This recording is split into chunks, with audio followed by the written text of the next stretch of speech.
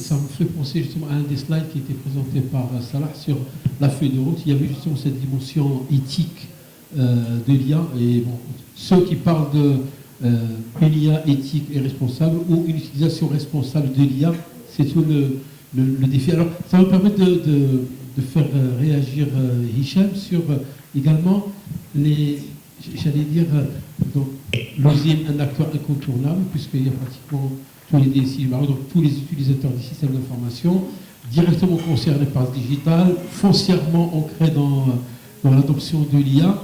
Je sais aussi que le mot impact pour toi, ça signifie beaucoup. Alors, quel est l'impact justement aujourd'hui ressenti avec tous les défis et toutes les opportunités qu'il y a dès lors qu'on parle d'adoption de l'IA dans les secteurs qui sont adressés par l'OSINT? Merci pour ce débat, parce que je pense que c'est important de continuer à travailler, à parler, à débattre et sensibiliser sur ce sujet-là, parce que la technologie, et plus précisément l'intelligence artificielle, et encore plus précisément l'IA générative,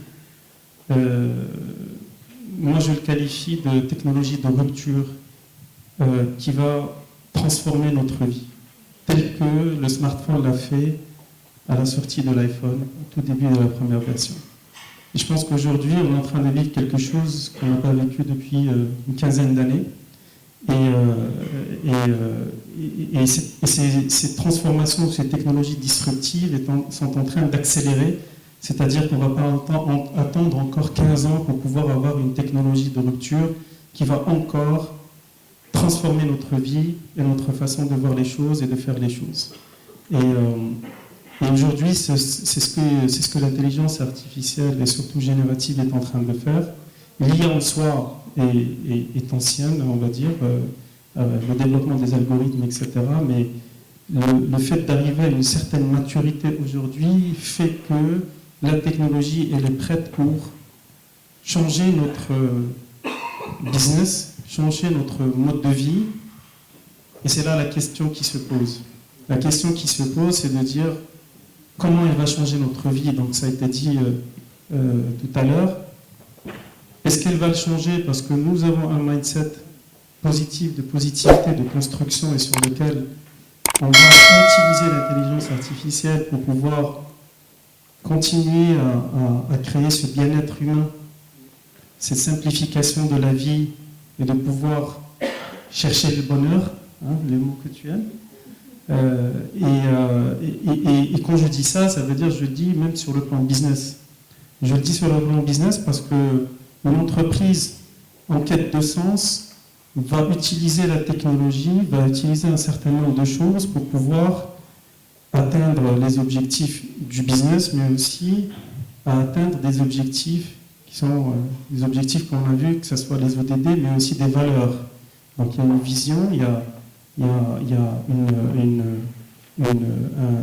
le pourquoi de l'entreprise. Et il ne faut pas l'oublier parce que parfois on l'oublie.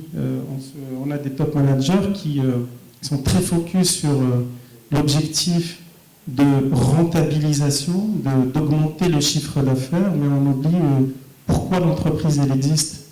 Et ça c'est très important à prendre en considération. Pourquoi je fais le comparatif? Parce que, à mon sens, l'IA est une technologie de rupture qui va venir transformer les entreprises à l'intérieur, mais qui va aussi transformer les citoyens. Et il faut qu'on le prenne sur le bon côté des choses et qu'on l'utilise pour le bon côté des choses pour qu'on puisse rendre la vie beaucoup plus simple et beaucoup plus facile. Et je peux dire ça pour plusieurs sujets. Si on prend par exemple le secteur banquier, c'est qu'aujourd'hui, on va utiliser l'intelligence artificielle pour mieux comprendre les utilisateurs, pour mieux comprendre les clients.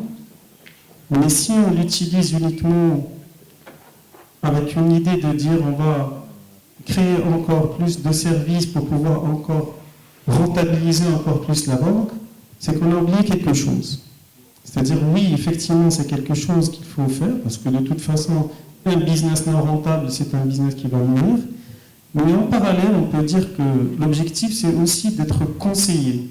Et on a cette particularité de cette technologie aujourd'hui qui peut, sans pour autant se déplacer au niveau de l'agence, virtuellement, selon les transactions, les services, la consommation, parce que la banque, elle sait tout et sait beaucoup de choses sur le client, elle peut donner aussi des conseils, pas forcément pour rentabiliser ou pour consommer des produits et des services, mais c'est aussi pour conseiller, pour rendre la vie beaucoup plus facile. Si on voit quelqu'un qui est en train de s'endetter de plus en plus, etc., on peut lui faire aussi un certain nombre de conseils qui lui permet de mieux gérer sa vie, de ne pas s'engouffrer dans quelque chose qui va être ingérable par la suite. Et je pense qu'aujourd'hui, le rôle de l'intelligence artificielle, c'est aussi ça. C'est aussi à travers les prises de décision des entreprises sur l'usage de l'intelligence artificielle, sur comment on va transformer nos produits, nos services, pour pouvoir servir le client, servir le citoyen quand on parle du gouvernement. Et je pense que la stratégie aussi, elle vient donner une direction, et je pense que c'est important de donner cette direction-là, pour pouvoir aussi, dans le cadre du e-gov, parce que c'est le plus gros on va dire, de la stratégie, pour dire qu'est-ce qu'on fait aussi pour le citoyen. L'IA, si elle vient aussi pour simplifier les process, pour simplifier les démarches administratives. Moi, j'adore ce mot de création de parcours, c'est-à-dire qu'on ne va pas se faufiler entre les différents ministères et les différentes administrations publiques pour pouvoir créer une entreprise ou avoir un document parce que ce document nécessite un autre document d'une autre administration sur lequel il faut avoir 3-4 papiers pour l'avoir, et ça existe toujours. Même si on a simplifié, je pense qu'il y a un travail qui a été fait dans ce sens-là, mais il y a encore du travail à faire. Et c'est pour ça que ce cap-là, il est important. Cette stratégie, elle est importante, c'est-à-dire en termes de déclinaison, en termes d'exécution, et pour dire, travaillons ensemble, ayons la bonne gouvernance derrière, et travaillons pour qu'on puisse, quand je fais ma demande, l'objectif, c'est de ne pas virtualiser le process administration par administration, mais c'est de prendre le besoin du citoyen. Je viens demander Shahada Idariya, et je peux raconter une histoire sur ça. Shahada Idariya, si je la demande pour un besoin X, j'ai fait cette expérience-là il y a très peu de temps. Donc j'appelle le Muqaddam, je lui dis بغيت شهادة إدارية كيقول لي واخا ولكن هادشي ما كتهضرش في التليفون اجي انت واخا مرحبا تري بيان دونك جيت عندهم المقاطعة معرفون اكسيتيرا الله يعمر دار اي ابخي نقول له شهادة إدارية علاش بغيتيها ها هو الغرض اللي بغيتها واخا تري بيان دونك غتجيب لي هادي وهادي وهادي وهادي بون جي كونتي واحد 5-6 دوكيومون بون c'était plus ou moins simple parce que le film, on va dire. Et après, dans le process, c'est quoi? Dans le process, c'est de dire وخلينا نجمع هذا الشيء خصك تدخل عند القائد. خصك تدخل عند القائد علاش خصو يسني شي حاجة يشوفني لا غير باش يهضر معاك. واخا très bien donc ندخل. Apparemment, ça fait partie du process. دونك خصك تدخل عنده تهضر معاه ويسولك انت شكون وكيفاش ويتعرف عليك اكسيتيرا ومن بعد كيدور عند المقدم وكيقول ليه صافي قضي ليه الغرض كتخرج من عنده كيمشي كيقضي لك الغرض effectivement il faut attendre 24-48 heures comme ça c'est signé شويه من الخوا ديال الاداره de laisser un peu de hiba etc pour pouvoir l'avoir et imaginons ce processus digitalisé je fais ma demande je fais une demande. Les documents, je peux soit les scanner, soit au niveau de ce process-là, il est tagué dans les autres process des administrations.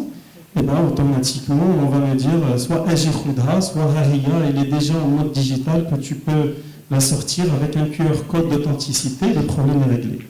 Voilà. Donc juste pour raconter en fait cette histoire-là et de dire que il y a aussi des procédures qui ont été simplifiées, il faut dire les choses telles qu'elles sont.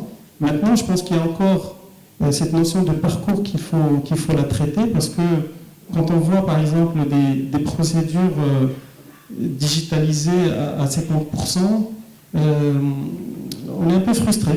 Donc il y a un peu de frustration de dire on va faire la moitié du travail digitalisé et l'autre moitié, il faut le faire de façon manuelle. Et parfois, même la déclinaison, et on a discuté avec le ministère, même en termes de déclinaison, parfois quand tu me dis واحد المقاطعة كيقول لك هذه ما كتليغاليزاش، ملي كتمشي بلاصة أخرى كيقول لك لا خصها تليغاليزا، alors que la légalisation on avait dit qu'il faut l'enlever, que ce n'est plus l'actualité. Mais quand vous partez, vous allez trouver un service de légalisation, مازال كاين، مازال الصف كاين, etc.